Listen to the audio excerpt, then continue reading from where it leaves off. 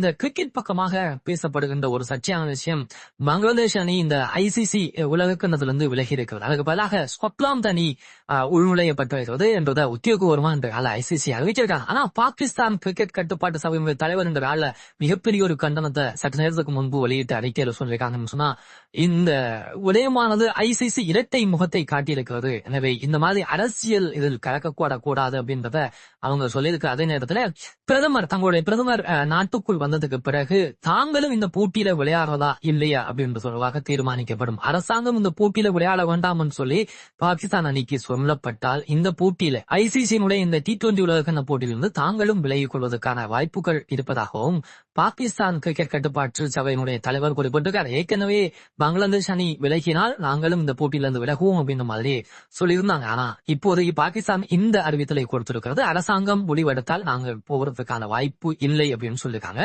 அரசாங்கம் எந்த மாதிரியான முடிவெடுக்க போறாங்கன்னு தெரியல. நான் பாகிஸ்தானுக்கான போட்டிகள் எல்லாமே இந்தியாவில் இல்ல, இலங்கையில நடக்க போகுது. அதனால இலங்கைக்கும் பாகிஸ்தானுக்கும் இருக்கின்ற கிரிக்கெட் உறவு அப்படின்றது ஒரு பெரிய அளவான உறவுன்றதால இந்த ஒரு தீர்மானத்தை பாகிஸ்தான் அரசாங்கம் எடுப்பாங்களா அப்படின்ற கேள்வி